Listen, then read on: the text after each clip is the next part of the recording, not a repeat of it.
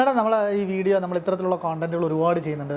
റിലേഷൻഷിപ്പിനെ base ചെയ്ത് ഒരുപാട് വീഡിയോകൾ ചെയ്യുന്ന സമയത്ത് ഓരോ കണ്ടന്റും ഇറങ്ങുന്ന സമയത്ത് ഒരുപാട് ആളുകളാണ് നമ്മളെ കോൺടാക്ട് ചെയ്യുന്നത്. ഒരുപാട് സ്ട്രഗിൾ ചെയ്യുന്നു, ഹസ്ബൻഡിൻ്റെ വീട്ടിൽ ഒരുപാട് സ്ട്രഗിൾ ചെയ്യുന്നു, അല്ലെങ്കിൽ എൻ്റെ ലക്ഷ്യത്തിലേക്ക് എത്താൻ പറ്റുന്നില്ല, പല പ്രശ്നങ്ങൾ പറഞ്ഞാണ് ഓരോ ആളുകളും ചെയ്യുന്നത്.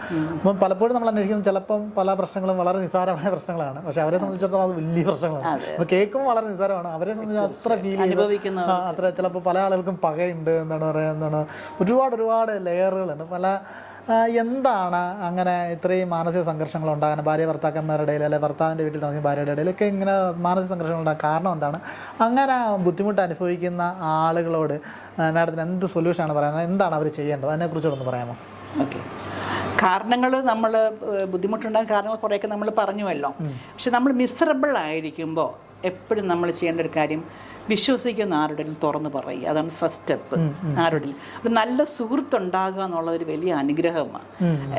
ആരോട് പറയുന്നു എന്നുള്ളത് വലിയ കാര്യമാണ്. ചിലപ്പോൾ നമ്മൾ ആരോട് പറയുന്നു, അത് പറയാൻ യോഗ്യതപ്പെട്ടവരോടല്ല പറയുന്നുണ്ടെങ്കിൽ അത് പ്രശ്നങ്ങളെ വഷളാക്കും. നമ്മൾ ഫ്രണ്ടാന്ന് പറഞ്ഞാൽ ആ ഫ്രണ്ട് 10 രീതിയിൽ ആശയം വേറെ പല രീതിയിൽ വേറെ വല്ലവരോട് മാനിപ്പുലേറ്റ് ചെയ്ത് പറഞ്ഞു കഴിഞ്ഞാൽ നമുക്ക് കൂടുതൽ കോംപ്ലിക്കേറ്റഡ് ആവും. പക്ഷെ വിശ്വസ്തമായിട്ടുള്ളൊരു ഫ്രണ്ടിനോട് പറയുക.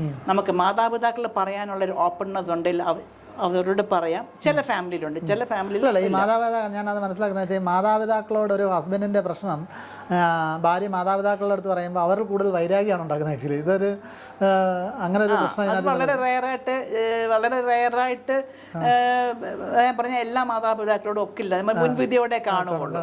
എന്നാൽ നല്ല രീതിയിൽ പറയുന്നത് വളരെ കുറച്ച് ആൾക്കാരും ഉണ്ട് കേട്ടോ, പക്ഷെ അത് വളരെ കുറവാണ്. അത് നല്ല അടുപ്പമുള്ള അവരാണെങ്കിൽ അങ്ങനെ ചിലപ്പോൾ പറഞ്ഞിരിക്കാം. ബയസ്ഡായിട്ട് മാറാൻ സാധ്യത തീർച്ചയായിട്ടും. അവസാനം ചിലപ്പം ബയസ്ഡായിട്ട് മാറാം, ഇല്ലെന്ന് പറയുന്നില്ല, ഒക്കെ ബയസ്ഡായിട്ട് മാറാം. എന്തായാലും നല്ലൊരു ഫ്രണ്ട് എന്നുള്ളത് പ്രധാനപ്പെട്ട കാര്യമാണ്. പിന്നെ ഏറ്റവും പ്രധാനപ്പെട്ടതാണ് നമുക്കൊരു പ്രൊഫഷണൽ ഹെൽപ്പ് സ്വീകരിക്കുക എന്നുള്ളത്. ഇപ്പോൾ ഫ്രണ്ടിനോടാണെങ്കിലും പറയുമ്പോൾ അവിടെ സംഭവിക്കുന്നത് ഷെയറിങ് എന്ന് പറഞ്ഞാൽ നമ്മുടെ മനസ്സിനകത്തുള്ള കുറേ വേദനകൾ, സങ്കടം, ദേഷ്യമൊക്കെ പറയും. ചിലപ്പോൾ നമ്മൾ ഫ്രണ്ടിനോട് പറയുമ്പോൾ തന്നെ നമ്മൾ കരയുമായിരിക്കും വിഷമങ്ങൾ പറയുമ്പം. സോ നമ്മുടെ കുറേ സപ്രസ്ഡ് ആയിട്ടുള്ള വിഷമങ്ങൾ കുറേ പോകും. സോ ആ രീതിയിലൊരു ഭാരം ഒന്ന് കുറഞ്ഞു കിട്ടും. പക്ഷെ ആ പ്രശ്നങ്ങളെ അതിജീവിച്ച് എങ്ങനെയാണ് പ്രശ്നങ്ങളെ നേരിട്ട് അതിനെ അതിജീവിക്കുന്നത് എങ്ങനെയാണെന്നുള്ളത് ചിലപ്പം അവർക്ക് ഒരു പ്രൊഫഷണൽ ഹെൽപ്പ് പറയാനൊക്കത്തില്ലായിരിക്കും. ചിലപ്പോൾ അവർ പറയുന്നത് ചിലപ്പോൾ അത് കേട്ടു ഓരോന്നൊരു ടിപ്സ് പറഞ്ഞ് ചിലപ്പോൾ ശരിയായെന്നിരിക്കാം.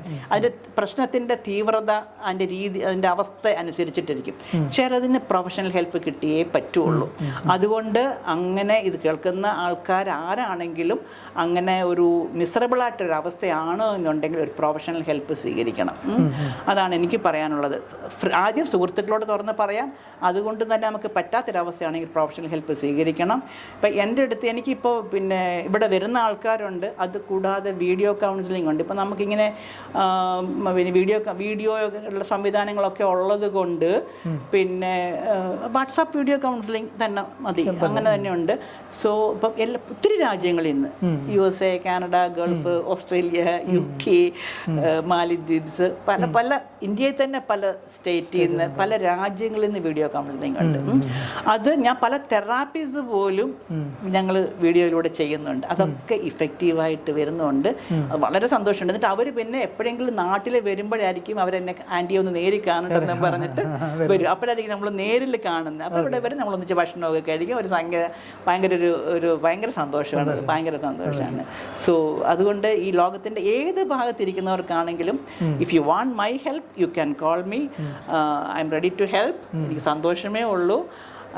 പിന്നെ അപ്പം സാധാരണ എല്ലാവരും പറയും ഞങ്ങൾ ആദ്യം മാഡം എന്നൊക്കെ പറഞ്ഞു, പിന്നെ ആൻറ്റി വിളിയായി. കുറേ കഴിയുമ്പോൾ ഞങ്ങൾക്ക് ഒരു അമ്മയെ പോലെ തോന്നാറുണ്ടെന്നൊക്കെ പറയും. With love. കാരണം ഞാൻ അതിൻ്റെ കാരണം ഞാൻ ആദ്യത്തെ ഇതിൽ പറഞ്ഞു, ഞാൻ ഈ പ്രൊഫഷനിലേക്ക് വന്നത് എൻ്റെ വേദനിച്ചിരിക്കുന്നവരെ ഹെൽപ്പ് ചെയ്യണമെന്നുള്ള എൻ്റെ ഹൃദയം പറഞ്ഞിട്ട് ഞാൻ പോയതാണ്. അതുകൊണ്ട് നമ്മൾ എവിടെ ഇടപെടും വിത്ത് ലവ് ആണ് ആൾക്കാരോട് നമ്മൾ ഇടപെടുക. നമ്മുടെ പ്രൊഫഷനാണ് അത് വേറെ, ബട്ട് വിത്ത് ലവ്. സോ ആർക്കും എപ്പോൾ വേണമെങ്കിലും വിളിക്കാം, ഒരു കുഴപ്പമില്ല. ഹെൽപ്പ് സ്വീകരിക്കണം.